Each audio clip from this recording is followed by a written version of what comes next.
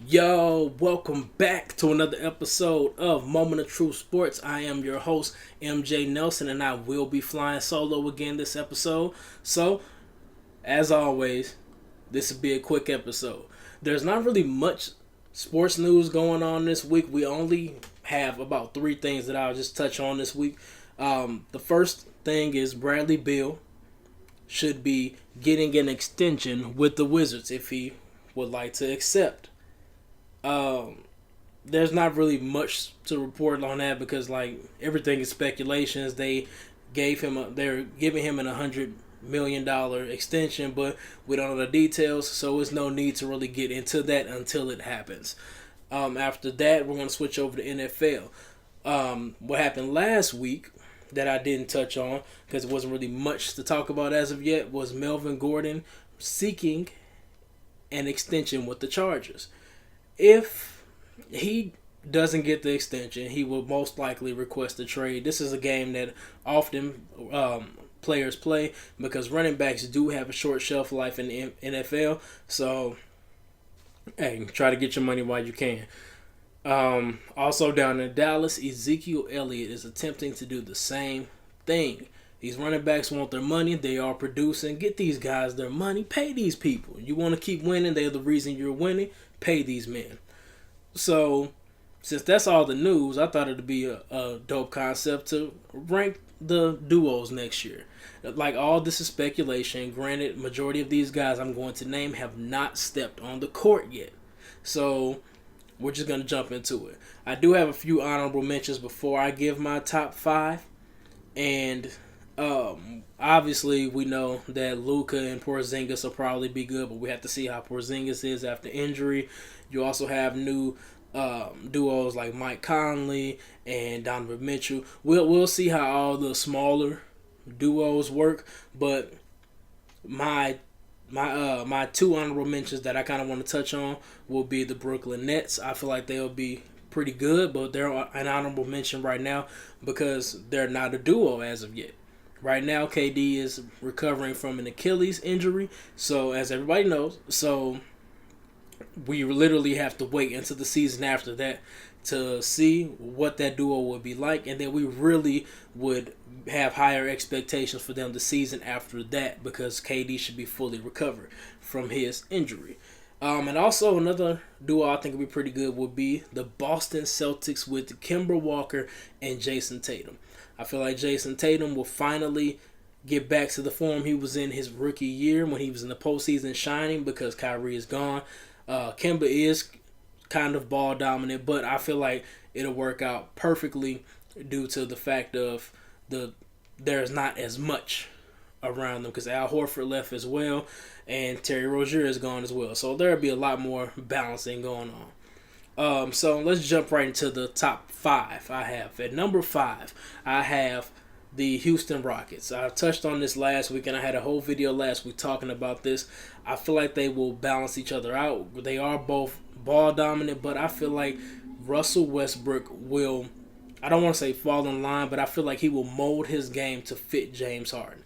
You can put either of them at the point guard position. You can put either of them at the shooting guard position. If you want James Harden to create the offense, you can definitely send Russell Westbrook flying around the court, catching lobs. He'll be, since his shooting was so terrible this season, he would definitely be able to shoot this year. He is a hard worker and he's a gym rat, so I know he will definitely be balling next season.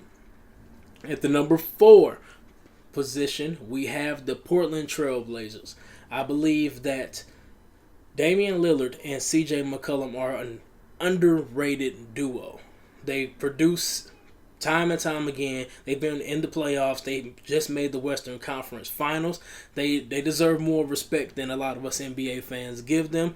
I feel like they're going to do nothing different this year. I feel like they're going to ball and they're going to do what they need to do. They're going to be in the postseason. They have great pieces around them. Nurkic should be coming back, and they also have added Hassan Whiteside. So I feel like they'll be in good position to dominate. All they have to focus on is offense and just staying in front of your man for the most part, and they are able to do that, and they should be fine. Number three, I have the Golden State Warriors. Now, The only reason I'm put them at number 3 is due to Klay Thompson returning from ACL injury, but this is a match made in heaven. Klay Thompson and Steph Curry are a match made in basketball heaven. They complement each other perfectly. What Steph can't do, Klay can do, which is defense. What Klay can't do, Steph can do. Klay cannot dribble, Steph Curry can dribble. So you have a playmaker and a defender, and they both are snipers. It worked for the last 5 years, and it will work until the end of time. These two gentlemen literally changed the NBA as we know it. Nothing's going to change from there. They're going to ball together for in the duration of their careers because their game is timeless. At the number 2 position, we have the Los Angeles Lakers. The reason they are number 2 is because obviously LeBron James is a little older and his game is slowed down a little bit. He only plays dominant on one end. He can play defense, and I believe he will. I feel like he stopped playing a lot of defense due to the fact of him having to carry offenses. So I feel like the addition of AD to really dominate on the defensive end will definitely be a great load off for LeBron. He can just play make, and they will dominate in the pick and roll. They're a match made in basketball heaven for each other. Period. And the number 1 spot that I have is Kawhi Leonard and Paul George of the Los Angeles Clippers. This is just overpowered. This is a crazy, overpowered duo. Both of these men play hard on both sides of the ball. They dominate on defense. They dominate on offense. And when they're on defense, they look to kill on defense. You're not scoring on them. And that's how they enter the game, is you're not scoring on me. It's going to be great. It's going to be awesome. And then the team around them is so good that you can call it a GG, because that's going to be the best defending team in the league. So that does it for my top 5.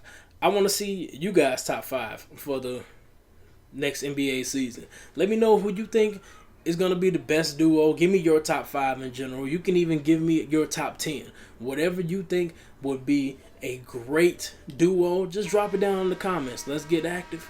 Let's keep it going. I've been MJ Nelson. This has been your episode of Moment of Truth Sports. Peace.